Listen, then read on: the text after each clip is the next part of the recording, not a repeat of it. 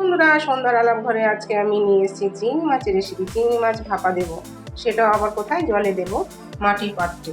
দেখো চিংড়ি মাছ ভাপা দিতে আমি কী কী নিয়ে নিয়েছি।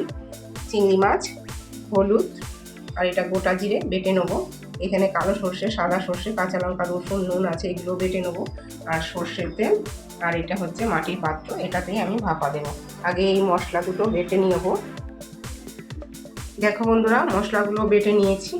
এবার চিংড়ি মাছটার মধ্যে মশলা, হলুদ আর তেল দিয়ে দেবো। মশলাগুলো দিয়ে দিলাম,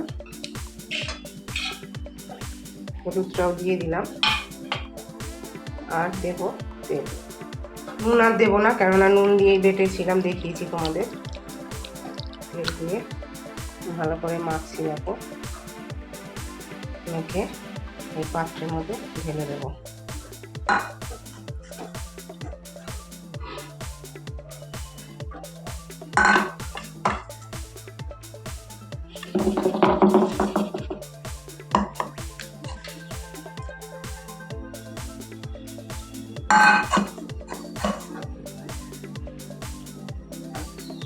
পাত্রের মধ্যে ঢেলে বন্ধুরা, এখানে জলটা গরম হয়ে গেছে। দেখো এখানে আমি এটা বসিয়ে দেবো। বসিয়ে দিলাম,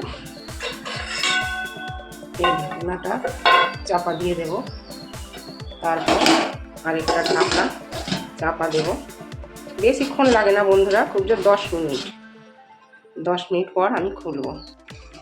দেখো বন্ধুরা, 10 মিনিট 15 মিনিট পর আমি এই ঢাকনাটা খুলছি।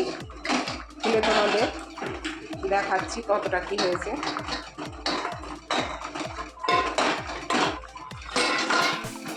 এই দেখো, আমি রেডি। এবার এটা খুলে দেখো বন্ধুরা, আমার চিংড়ি ভাপা রেডি হয়ে গেছে, ধোয়া উঠছে।